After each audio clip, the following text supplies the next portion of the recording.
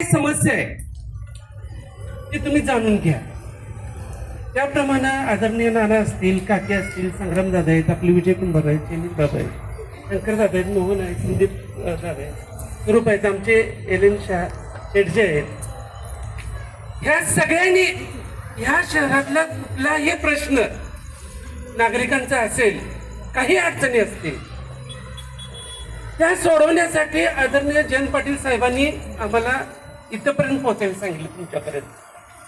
हे फक्त महाराष्ट्रात हे पहिल्यांदाच घडतंय की नगरपालिकेचे सर्व कर्मचारी, मुख्याधिकारी साहेब, विभाग प्रमुख, की ज्या विभाग प्रमुखांच्याकडं अशोकराव तुम्हाला बऱ्याच वेळा जावं लागलं आणि तुम्हाला जावं लागलं, अनेक लोकांना अनेक कामासाठी त्यांच्याकडे जावं लागलं, पण आज सगळे विभाग प्रमुख, नगराध्यक्ष म्हणून दादा आहेत, काकी आहेत, नाना आहेत, आपले सगळे नगरसेवक आज तुमच्याकडे आलेले आहेत. ते फक्त इथंच घडले. ते पण आदरणीय जयंत पाटील साहेबांच्या आदेशानुसार आम्ही सगळे आज तुमच्यापर्यंत आलेलो आहे. जो यापूर्वी तुम्हाला काही त्रास झाला असेल नगरपालिकेमध्ये, तो इथून पुढच्या काळामध्ये तो अगदी सहजरित्या तुम्ही दादांना भेटू शकता, नानांना भेटू शकता, सुप्रे आहेत, काकी आहेत. तुम्हाला सन्मानाचीच वागणूक मिळणार तिथं, वेगळ्या ऍटिट्यूड तिथं नसणार आहे. जो यापूर्वी बघितला असेल तुम्ही, मी कोणतरी आहे तिथं, ह्यात मी कोणतरी आहे अशातलं एकही नाही. ही जी टीम आहे आमची, स्वरूप आहेत, संदीप दादा आहेत, शंकर दादांपूर्वी बघितले, नाना संग्राम दादा आहेत, विजय कुंभारांनी तर कल्पनेच्या पलीकडे विरोधी पक्ष नेते असताना काम केलं.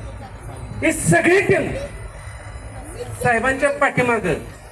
तुम्ही फक्त हाक मारायची, तुम्ही फक्त फोन करायचा आणि काम करून घ्यायचं यासाठी. आणि दादा आणि नाना साहेबांना मला सांगायचं, मुख्याधिकारी साहेबांना, की हा जो बाहेर रोड पासून जो हा इथपर्यंत आलेला रस्ता आहे, पूर्णपणे कच्चा होता साहेब, पूर्ण कच्चा होता.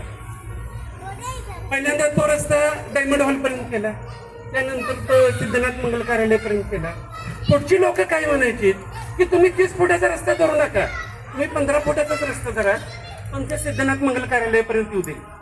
पण त्या लोकांना मी त्यावेळी आश्वासित केलं, मी त्यांचा विश्वास संपादन करून सांगितलं की तुम्ही असं म्हणू नका की तुमच्यापर्यंत रस्ता येणार नाही. बाबींना माहिती आहे, सगळ्यांना या माहिती आहे, शहरातला एकमेव असा प्रभाग आहे की ज्या रस्त्यातलं कुठली गटर राहिली नाही, कुठलं फुटपाथ राहिलं नाही, कुठल्या पिण्याच्या पाण्याच्या पाईपलाईन राहिलेल्या नाहीत. हा एकमेव प्रभाग असा आहे.